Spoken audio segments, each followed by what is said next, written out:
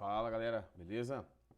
Ó, num outro vídeo que eu postei, acho que antes desse, eu falei pra vocês sobre o dia elétrico, sobre as influências, tá? Não quis entrar muito em equação, mas na observação mesmo do fenômeno dentro do que dá pra fazer, né? Assim, nesse método que a gente tá usando à distância.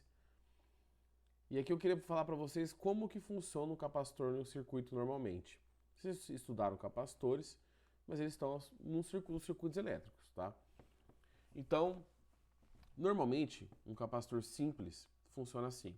Eu tenho um gerador, uma fonte de tensão, aqui é uma bateria, tenho um capacitor, não vou mexer na área, na separação, porque já foi discutido isso no outro vídeo.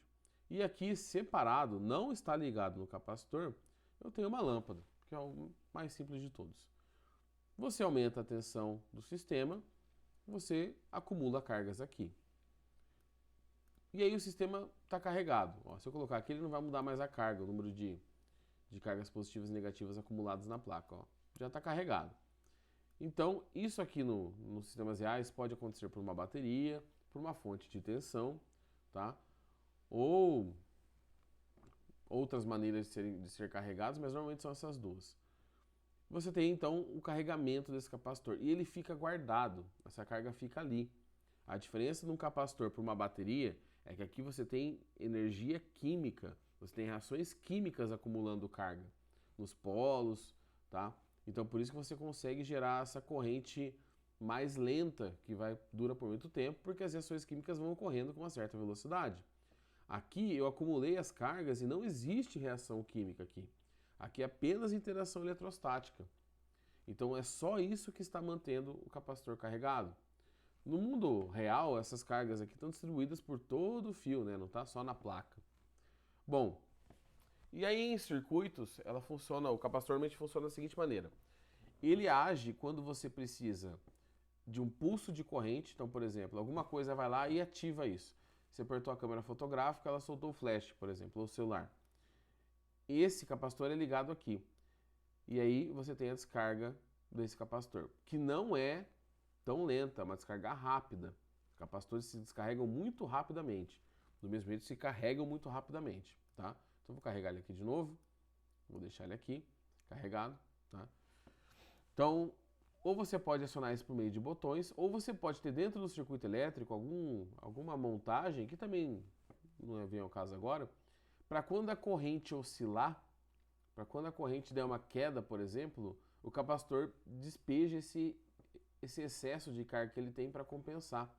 Então, por exemplo, está carregado, vamos supor que essa lâmpada já está ligada num circuito, tá? Essa lâmpada aqui já está ligada. Opa, eu liguei sem querer aqui. Ela já está ligada num circuito, já tem carga acumulada. Tá? Desculpa, carga acumulada não, estava olhando para o capacitor. Já tem corrente passando por aqui. E aí a corrente dá uma queda. Quando ela dá uma queda, esse capacitor que está ligado ali, ele pode rapidamente agir e compensar essa queda de corrente. Essas cargas que estão acumuladas aqui entram no sistema e compensam essa queda de corrente. Tá? Então uma pequena oscilaçãozinha de corrente você consegue corrigir com as ligações de capacitores. Se eu ficar fazendo isso aqui várias vezes, tá? Chega uma hora que o capacitor ele vai descarregar, tá?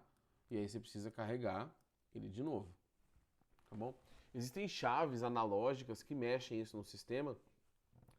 Não sei se você já viu aqueles estabilizadores, é uma caixinha que normalmente as pessoas ligavam com o computador de mesa antigamente, que por sinal não é bom vocês ligarem isso quem tiver um computador de mesa aí, um computador gamer, não é bom não ligar em estabilizador, tá? É só em aquelas filtros de linha, aquelas réguas, tá? Aquele estabilizador não é legal. Quando você sobrecarrega ele fica fazendo um tec, tec, tec, tec, ele fazendo um barulho. Esses estralos são os sistemas analógicos ativando e desativando os capacitores, porque a corrente ali está oscilando muito, provavelmente. Pode ser a corrente oscilando dentro do sistema ou a tensão da sua casa, que aí gera a oscilação da corrente. Tá? E depende se é o próprio estabilizador ou se é a corrente externa que está sofrendo. Tá bom? Então, só uma passadinha rápida aqui como que a gente tem esse funcionamento dos capacitores. Tá bom? Pessoal, qualquer dúvida me procurem e até a próxima aula, o próximo vídeo, na verdade, né? Falou!